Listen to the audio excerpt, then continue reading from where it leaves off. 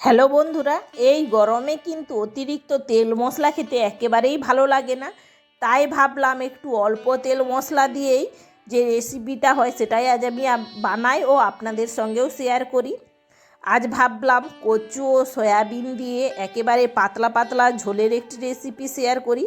By the way, আমি Mahua MS Rohan কিচেনে আবার একটি নতুন পর্বে সবাইকে জানাই স্বাগত।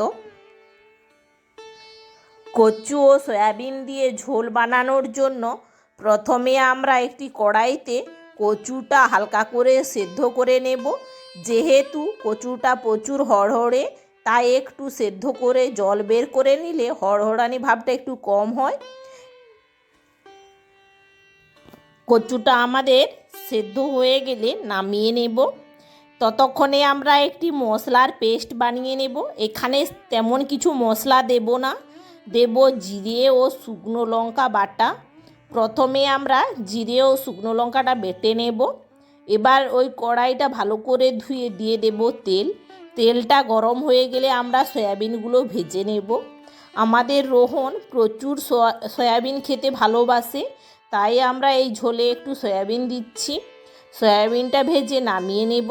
এবার ওই তেলেই দিয়ে দেব 5 ফোড়ন ও 2টো শুকনো লঙ্কা। এই ঝোলের কিন্তু লঙ্কাটা দলে ভাত খেতে খুবই সুন্দর লাগে।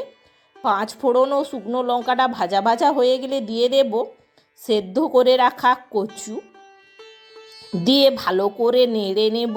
যতক্ষণ না গায়ের হড়হড়ানি ভাবটা চলে যাচ্ছে ততক্ষণ আমরা ভালো করে নেড়ে দিয়ে দেব কেটে রাখা আলু। এখানে আমরা আলুটা একটু বড় বড়ই কেটেছি ও কচুটাও আমরা বড় বড় করেই কেটে নিয়েছি। আলুটা দিয়ে ভালো করে নেড়ে নেব। যতক্ষণ না আলু ও কচুটা ভাজা ভাজা হয়ে আসছে ততক্ষণ ভালো করে নেড়ে নেব। এবার দিয়ে দেব পরিমাণ মতো লবণ ও হলুদ, দিয়ে ভালো করে নেড়ে নেব। লবণ ও হলুদ দিয়ে ভালো করে নেড়ে দিয়ে দেব জিরে ও শুকনো লঙ্কা বাটা। এখানে আমরা বেশি ঝাল দেইনি, যেহেতু প্রচুর গরম তাই অল্প করেই ঝাল দিয়েছি। জিরে ও লঙ্কা বাটা দিয়ে ভালো করে নেড়ে দিয়ে দেব অল্প করে জল, দিয়ে ভালো করে নেড়ে নেব। এবার অল্প করে জল দিয়ে ভালো করে নেড়ে দিয়ে দেব পরিমাণ মতো জল, দিয়ে দেব ভেজে রাখা সয়াবিন, দিয়ে 10 মিনিট ফুটিয়ে নেব। তরকারিটা আমাদের হয়ে আসলে এইভাবে দেখে নেব খুন্তির সাহায্যে আমাদের কচু ও আলুটা সেদ্ধ হয়ে গিয়েছে কিনা। দেখো কতটা সুন্দর সেদ্ধ হয়ে গিয়েছে। এবার আমরা নামিয়ে নেব। আমাদের রেডি কচু ও সয়াবিন দিয়ে পাতলা ঝোল। আজকের এই ভিডিওটি কেমন হয়েছে প্লিজ কমেন্ট করে জানাবেন। ভিডিওটি যদি ভালো লেগে থাকে অবশ্যই লাইক ও বেশি বেশি শেয়ার করে দেবেন।